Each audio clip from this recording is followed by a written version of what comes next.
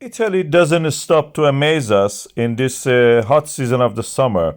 We have an explosion of the Stromboli volcano caught on the camera. This is the experimental laboratory of geophysics of University of Firenze. You can see that this is the hot pyroclastics coming down from the peak of the Mount Stromboli, the island of Stromboli, which has a rare, a town down the slopes on the other side of it. From the ground, it looked like that. A 4 kilometer cloud of ash rising. The smell of the sulfur is in that region now. You can smell sulfur due to the volcanic gases released. And from the satellite images, we can see that this is the island of Sicily, where we have the Etna, and the north of it is Stromboli. This is the map I'm showing you, and you can see the cloud due to the pyroclastic movement coming from the direction of the summit of the Stromboli. I zoom on that so you can see it better. We have a close-up of it also from a satellite image. Again, wrong orientation. On the left side, you see the town. On the right side of the center, you can see the summit with the pyroclastic moving down.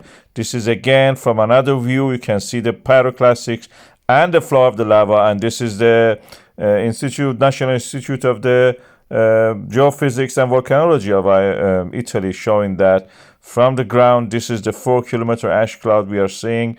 It's a developing situation. I will keep you up to date about this. We had similar to this in the past. Please watch that also. Powerful eruption of a Stromboli volcano. People waked up and saw that Stromboli is in eruption. That is again on the side of the volcano. This is the beginning of it, how it was.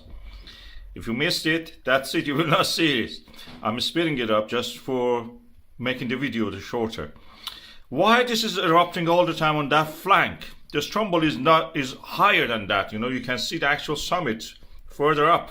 Why it is erupting here? I have a theory, and that is that the magma cannot rise to the full height of the mountain.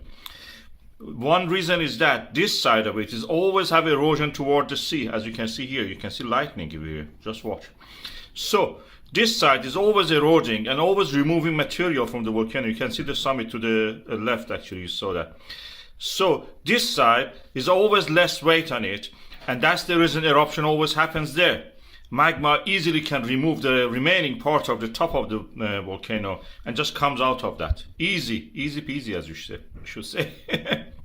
So it comes from there because the material from there is already removed, and it's easy for it to just erupt from that shorter route than climbing up to the full height of the mountain.